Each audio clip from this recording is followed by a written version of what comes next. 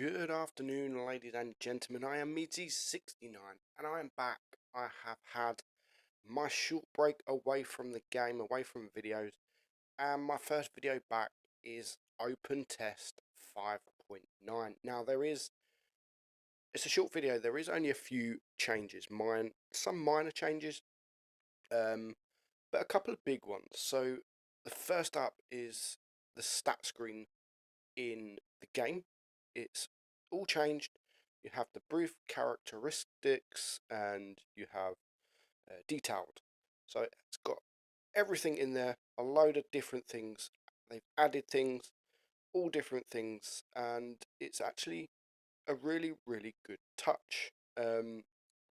Things like DPM, they've added DPM, they've added the tank reload, they've added gun depression, gun elevation.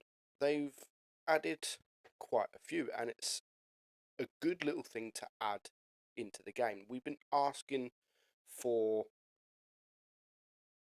the DPM and the gun depression for so long.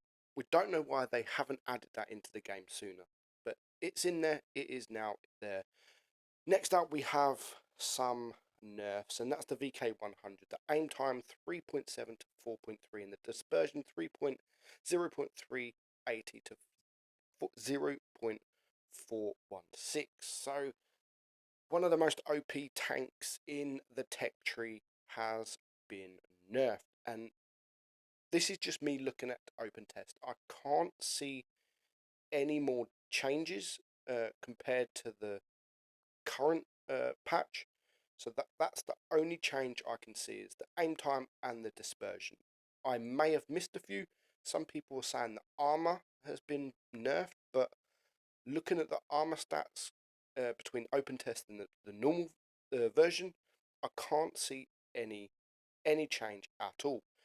So that is pretty much the only nerf that I can see. There might be more. If there is more, I will let you know. But next up is the Camp Panzer 70, the MBT, and it is the Tier 9 German enriched, and it's now a collectible. Yeah, people are not going to be happy with this. 5,000 gold. I think this is not good. I don't mind tanks going as a collectible because it gives you the opportunity to sell them for gold. But 5,000 gold, come on. I don't think that's quite acceptable, but it's happening anyway. Next up is a good change for me. I personally use a Razer phone, and I can use 120 frames per second. However, what Blitz Wargaming have never enabled it. They've only enabled the high-end iOS iPads. Now I can enable 120 frames per second. Now I'm not sure if that's just Razer or any other phone or device, but my Razer phone 2, I can enable that 120 frames per second. Next up, the equipment. As we've seen with the stats, it also shows on here, look, the damage, the reload time, the damage per minute. You can see how much it goes up by, depending on what equipment you use, the reload time there, which again is a nice little add to the game. And you can just see aiming time, reload, damage per minute, view range, all that is there. So that, I think, in itself is the whole interface, the whole stats changing in the game. I think that is a good touch for Wargaming, because for me personally, I go onto other websites to check what gun depression, what DPM, everything like that, because it doesn't show it in the game. So next up, another thing is tracers. Now, I don't know if you can really tell in this battle I had. Well, it wasn't a battle, it was a training room on the test server. The tracers are changing and they're more realistic. So the closer you are, the bigger the tracer is. The further you are, the smaller the tracer is. And the tracers are all different colours, different what ammo you're using. So I can't really tell a big much in this, but the tracers has changed.